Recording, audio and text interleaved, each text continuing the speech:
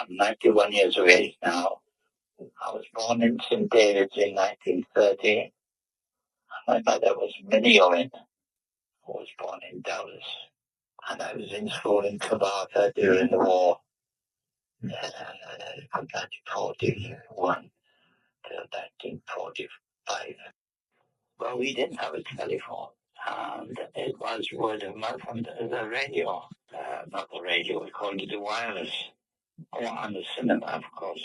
You used to have the news in the cinema, which was about a quarter of an hour of the program. The program is on for about, say, 2.5 hours. You had a big film, a little bit of advertising, not like it is today. And then the news, which would, in 10 minutes or a quarter of an hour, show you what was going on in the war and a little bit of sport, and that would be it. That's what we got most of our information from. We had a blackout. A blackout was quite effective. You had wardens going around and shouting at you if there was a chink in your light. And we used to, on the windows, they used to put a sticky tape crisscross the windows. There was a siren in Dallas, and it was right opposite my bedroom.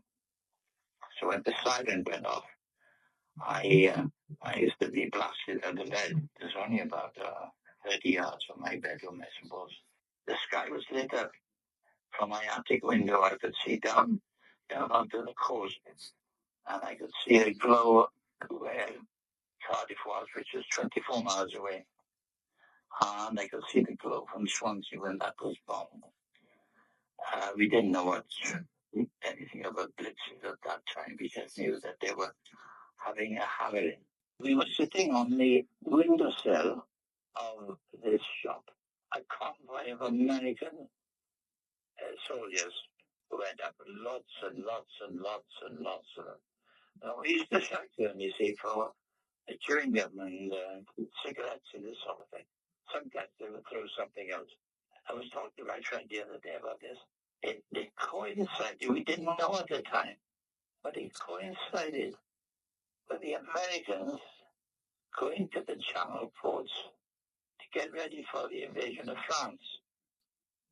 Because they found out that they were camped up on the other side of the hill near Hillwine, on the Swansea Road, up there near, what do you call it, where the whiskey is made, the Penderyn whiskey places. They had camps up there just before D-Day, and they never used those camps again. They all left there, and they came down into Merton, up this hill, past our little shop. There were evacuees in our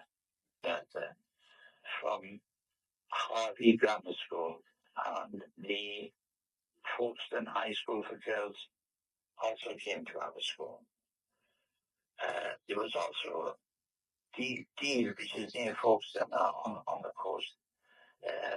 Children from Deal came as well, but for junior school, but I don't know where they went because I was in the grammar school at the time.